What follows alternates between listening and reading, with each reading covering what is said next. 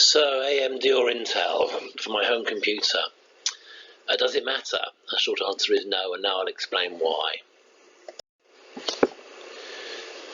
So I'm talking about buying a home computer, I'm talking about buying a home laptop. So what is a CPU? It's the bit that does the computing. It stands for Central Processor Unit, and it needs some fast memory, otherwise known as RAM or Random Access Memory, and which is where it stores the next instruction. And frankly, more is better. So how good is a CPU? How does one measure CPU performance? It was once measured in millions of instructions per second, but they're faster than that now. That was also very confusing as to what it actually meant.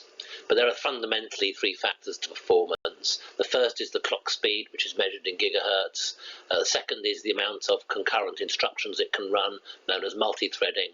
And the third is the RAM to CPU speed, which is rarely advertised. Recently, I've been using gigahertz times threads as my measurement and compare the two together. This isn't quite accurate, but generally good enough for the home purchase. So which is better? Who benefits? Basically, software needs to be written to take advantage of multi-threading.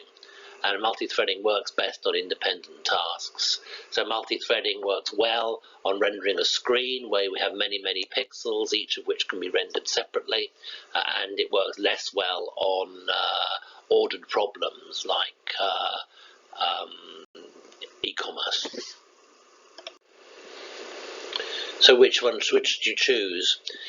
Systems, laptops and desktops will need to last for a while, and software bloats, so what's good enough today may not be good enough tomorrow.